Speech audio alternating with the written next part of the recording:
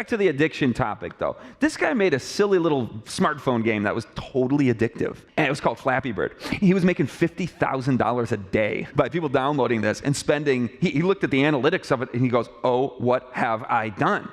I'm wasting millions of man-hours of people's time getting addicted to this little game. He pulled the game from the App Store because he couldn't look himself in the mirror and feel good. I've just gotten all these people addicted.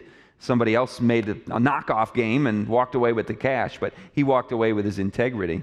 They published this in the New York Times where they said that even just texting, again, one-on-one here, whether it's Snapchat or whatever platform, just messaging, it actually, particularly for young people, when they studied 8th and 11th graders on this, they found a lot of dynamics that are one-to-one a gambling addiction, just like a gambling addiction would look in terms of the dynamics and the symptoms of that kind of addiction. Then we turn to the video game addiction, and oh boy, can that get deep, because you can enter into an online virtual portal that takes you to a place and time, fictional, fantastical, or maybe historical, and you step into another world, don't you? You've stepped out of the non-virtual, three-dimensional God's reality, and I want you to hear a quotation from a video game addiction recovery specialist and a former video game addict, Niels Clark, in his book Game Addiction. When he says this, it makes me think of great controversy type of stuff and the Garden of Eden. He said, when you step into that video game world, our minds are set free, so-called,